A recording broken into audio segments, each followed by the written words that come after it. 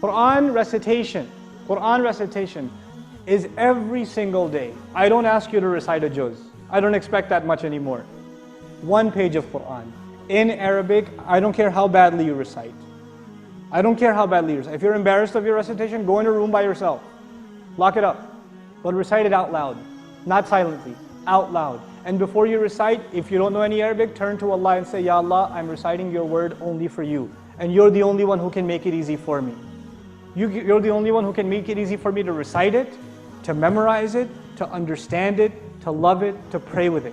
You're the only one who can do that for me. Ya Allah, and I'm doing this for you. You make it easy for me.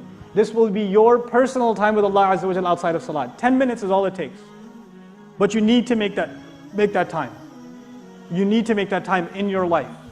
And as your love for the Qur'an grows, I won't have to convince you in a lecture to give it 10 minutes. You'll be sitting with it 20, 30, 40, 50, an hour. That time will increase for you. It will increase for you, but it will happen on its own. It will never happen though unless you put yourself in a routine. None of these things will benefit your life until they become a routine. You really want to have a relationship with the Qur'an, start with reciting it. Even if you don't understand it. Even if, I'll say it again, even if you don't understand. Brother, I don't understand Arabic. I don't get anything out of it. Yes, you do. You don't even know what you get out of it. You're trying to imitate the words of Allah as He revealed them. You don't think there's a benefit in that? There absolutely is. My teacher, I asked this question when I was dumb, not too long ago. I asked my teacher, what's the point of reciting Qur'an? You don't even know Arabic. What do you get out of that? He said, let me tell you a story. This is my teacher, Sheikh Abdul Ghani in New York. He told us this story. He said, you know, a boy, he goes to the beach. And actually, he asked his dad the same question. I recite Qur'an, but I don't understand it. What's the point of me reciting it? So his dad took him to the beach. And he gave him a dirty bucket. It had holes in it though. He said, go fill it up with the beach water.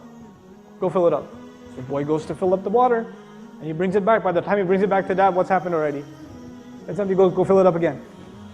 So he sent him like 5 times, back and forth, back and forth, back and forth. He goes, Dad, there's no point, it's empty. He goes, yeah, but you notice a difference? He goes, yeah, it's clean. He goes, now you get it? He goes, oh.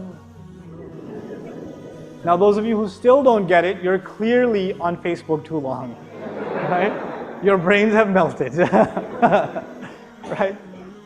Spend time reciting Qur'an. Then the third, just a little bit of practical recommendations for you guys. The surahs that you've already memorized, chances are they are from the 30th juz. Is that true? Surahs that you've already memorized, chances are they are from juz amma. One of my personal motivations to do an explanation of juz amma was just that. That if Muslims don't know the whole Qur'an, at least they know some things from juz amma.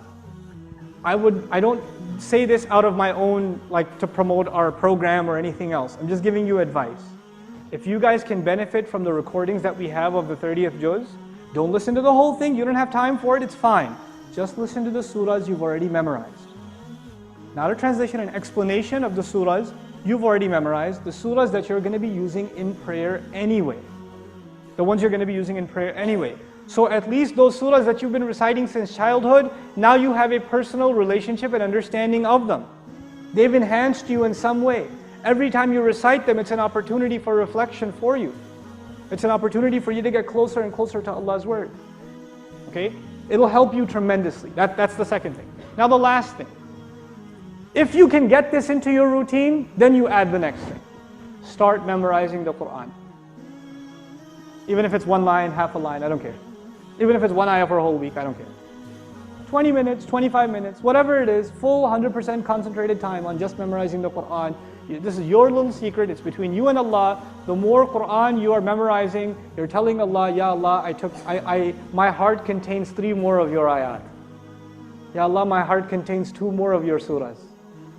It's enhancing your love for Allah, and it's enhancing your love for the Qur'an.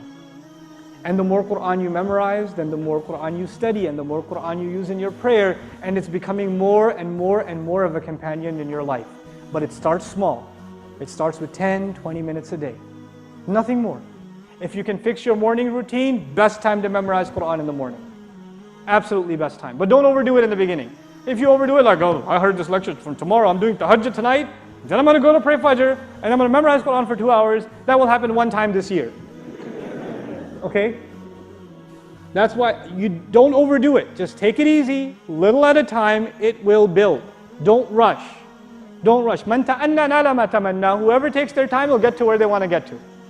Just take your time.